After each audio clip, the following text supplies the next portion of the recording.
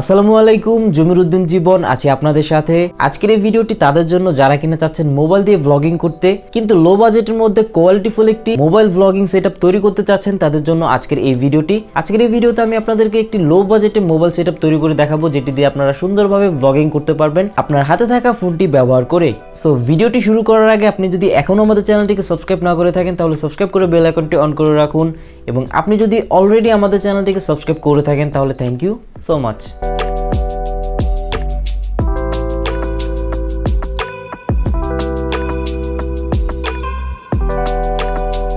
Welcome back viewers. আমরা যারা প্রথম ব্লগিং শুরু করতে যাচ্ছি, আমাদের প্রথম ভরসা হচ্ছে মোবাইল ফোন, কারণ সবার কিন্তু প্রথম দিকে ক্যামেরা থাকে না, তাই আমাদের প্রথম ভরসা হচ্ছে মোবাইল ফোন দিয়ে আমাদের ব্লগিং শুরু করতে হয়। তো আপনি যদি তেমনই হয়ে থাকেন তাহলে অ্যাবসলিউটলি আজকের এই ভিডিওটি আপনার জন্য। তো প্রথমত ব্লগ করার জন্য আমাদের প্রয়োজন হয় একটি ট্রাইপড। সেলফি স্টিক দিয়ে ব্লগিং করা অনেকটা রিস্ক। আপনি যখন সেলফি স্টিক লং টাইম ধরে রাখবেন তখন কিন্তু সেটা ভেঙে যাওয়ার একটা পসিবিলিটি থাকবে যদি আপনার সেলফি স্টিকটি ভালো মানের না হয়ে থাকে। তো সেই ক্ষেত্রে আপনি একটি ট্রাইপড ব্যবহার করতে পারেন, আর ব্লগের জন্য আমি মনে করি গরিল্লা ট্রাইপড ব্যবহার করাই উত্তম। সো আপনারা আমার হাতে যে বর্তমানে ট্রাইপডটি দেখতে পাচ্ছেন, এটা হচ্ছে গরিল্লা ট্রাইপড, যেটি দিয়ে মূলত আপনি মোবাইল ব্লগিং করতে পারেন। এটি আপনি 200 টাকা থেকে 400 টাকার মধ্যে পেয়ে যাবেন, এবং এর থেকে বেশি দামেও আপনি এটাকে পাবেন।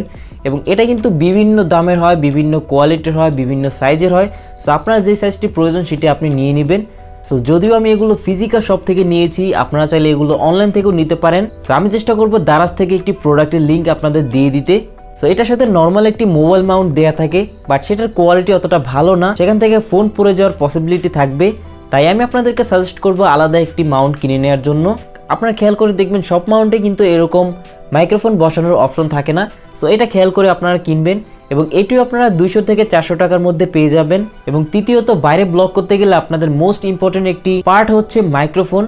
আপনি যদি মাইক্রোফোন ব্যবহার না করে বাইরে ব্লগ করেন সেক্ষেত্রে অনেক নয়েজ আসবে, আপনার ব্লগটি আপনি সুন্দরভাবে কন্টিনিউ করতে পারবেন না, কারণ প্রচুর পরিমাণে নয়েজ আসবে। সেক্ষেত্রে আপনি এই মাইক্রোফোনটি ব্যবহার করতে পারেন, যেটাকে জাতীয় মাইক্রোফোন বললেও চলে, কারণ এটি অনেকেই ব্লগিং মাইক্রোফোন হিসেবে ব্যবহার করে থাকে, এবং এটি হচ্ছে boya BYMM1। তো আপনারা যদি অনলাইন থেকে মাইক্রোফোনটি ক্রয় করতে চান তাহলে আপনারা 1500 থেকে 1800 টাকার মধ্যে এটি কিনতে পারবেন।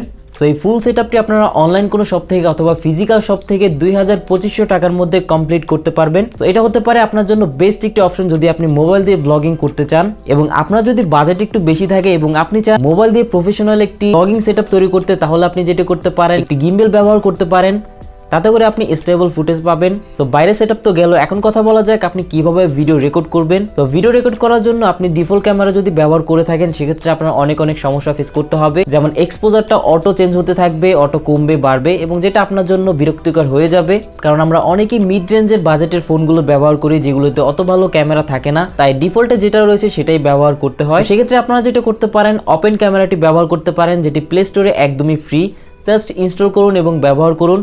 সেখানে আপনারা অনেকগুলো অপশন পেয়ে যাবেন, যেমন নর্মালি আপনারা সেখান থেকে এক্সপোজার লক করতে পারবেন, তারপরে স্টেবিলাইজেশন অন করতে পারবেন, যা থেকে আপনারা একটু হলেও স্টেবল ফুটেজ পাবেন। তাছাড়াও আপনারা অনেক অপশন পেয়ে যাবেন যেগুলো ব্যবহার করে আপনি কোয়ালিটিফুল ভিডিও ক্যাপচার করতে পারবেন। সো এই ছিল আপনি কিভাবে অল্প বাজেটের মধ্যে মোবাইল ব্লগিং সেটআপ তৈরি করতে পারবেন। ভিডিওটি যদি হেল্পফুল হয়ে থাকে তাহলে ভিডিওটিতে লাইক করুন, কমেন্ট করুন, এবং ভিডিওটি আপনার টাইমলাইনে শেয়ার করুন। সো দেখা হবে পরবর্তীতে নতুন কিছু নিয়ে। ততদিন সবাই ভালো থাকুন, সুস্থ থাকুন। আল্লাহ হাফেজ।